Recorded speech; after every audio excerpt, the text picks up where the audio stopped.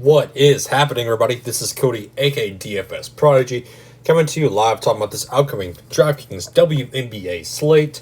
I'm excited about breaking down this WNBA slate. I'm not going to do NBA, though, until playoffs, because it's just how crazy the slate is. I'm waiting for the NBA to go, like I said, to the playoffs, but WNBA, we're still doing that. I'm still hyped, and I'm ready to break this down for you. Before we begin, I want to go over a few things. Thank y'all for the back-to-back over 100 views. That means a lot to me. I know for a regular streamer that might not seem much, but for me, trying to start up this YouTube, I'm hyped about getting 100 views back-to-back. So it's pretty exciting for me. Thank y'all for that. And thank y'all for always subscribing. I've seen a lot of emails getting subscribes. And then I've gotten a lot of likes, which I'm happy about also. Thank y'all again. And like I said, let's go check out the Discord where Alliance DFS has been killing it. Like I said, WNBA, back-to-back takedowns. I mean, we are killing it over here. So if y'all want to check that out, you can always hit me up for the advice in the chat. Like I said, this dude took down the showdown.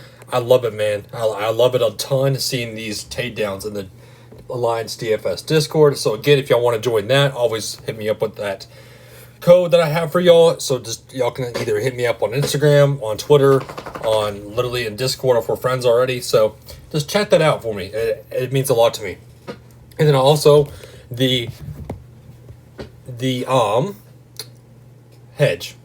Let me talk about Hedge for a second. So the sponsor of the show is Hedge. It is an amazing app. I love playing it. I still kind of dabble in NBA, even though it's not until playoffs. I still dabble in it for Hedge. I'm winning money in there. It's fun. It includes rounds ups, stuff like that. The competition's not with a ton of sharks like it is with FanDuel and DraftKings. So definitely check out Hedge. Use that referral code. I'm going to give you all about 2 seconds to snapshot that and save that referral code, which is Prodigy. So now, after all that shenanigans, let's dig in to the WNBA slate.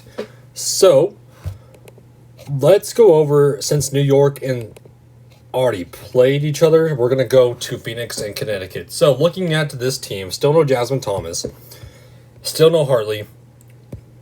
So at the guard position, Taurasi, Bonner, they're both the highest priced players. Let's look back at the game before that when they played.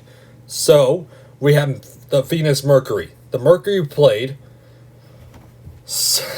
The thing is, though, I don't like that Taurasi only got 5 assists. I think she can do a little bit better. I know that's asking a lot because that was one of the most highest she gotten, but I think she can do a lot better. I really do. And this was a really close game. So for me, looking at the guards, I really like Skylar Diggins-Smith at that $9,000 price tag. I think she can do certainly well against this team once again.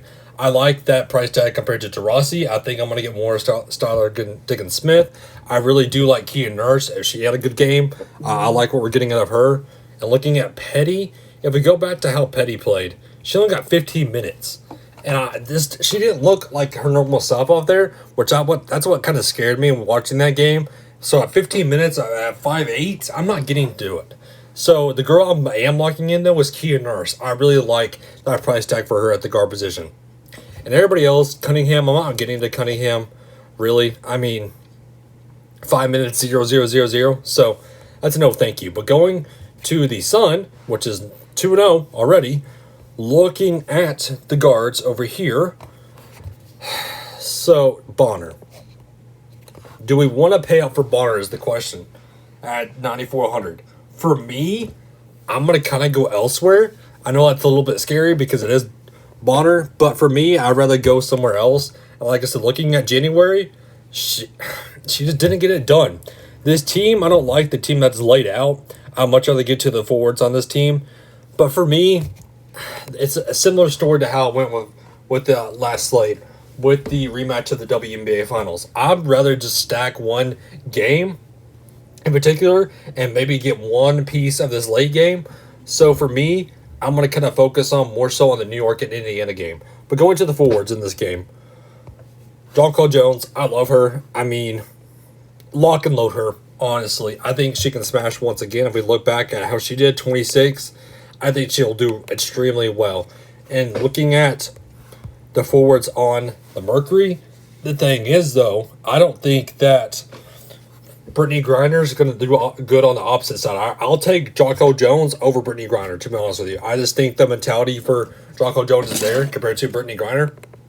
So for me, I'm going to get Jocko Jones over her. And looking at Turner, I'm not getting to Turner at 8-8.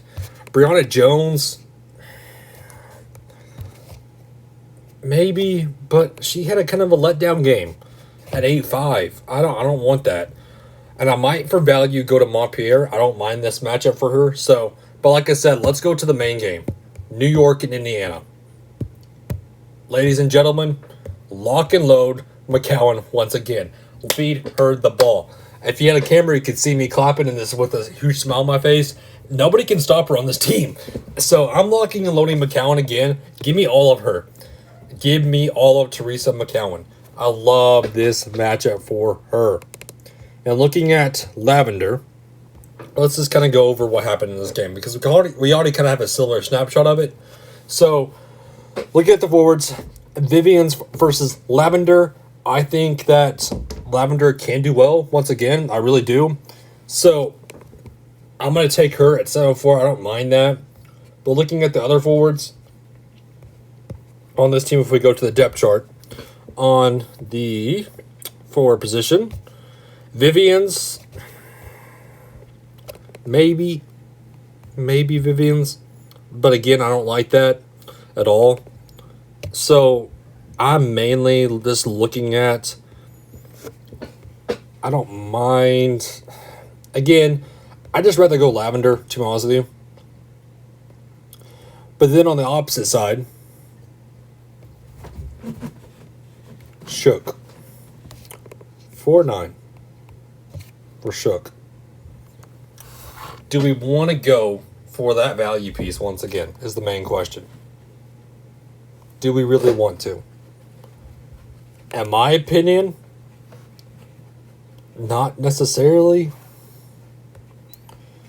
I'm not necessarily, honestly. So I'm just kind of fading everybody on the forward position on the New York side, and I'm going to my main girl and Laney. Give me all of Laney at 10-2. If there's a way to get Sabrina and Laney in the same lineup, then go ahead. I mean, I think if you do that route, you have 7-4 left over. You get McCowan. I think there's enough value on this slate to stack those three girls because those are the three main girls. I know that's easier said than done because of the top three priced players, but I really think you can get that done. So for me, I love Laney. I love Sabrina. Mitchell, I'd rather go to Mitchell at 7,000. And then Clarendon. Let's look at Clarendon for a minute. I want to see how she did. 3 minutes, literally 3 minutes, and they want to pay 6,000 for her, so that's not for me.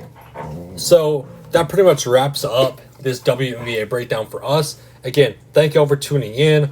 Always hit the like button for me and always subscribe to my YouTube channel. It's been a ton, as y'all know, and I cannot wait to discuss the slate with y'all tomorrow. Have a good one, everybody.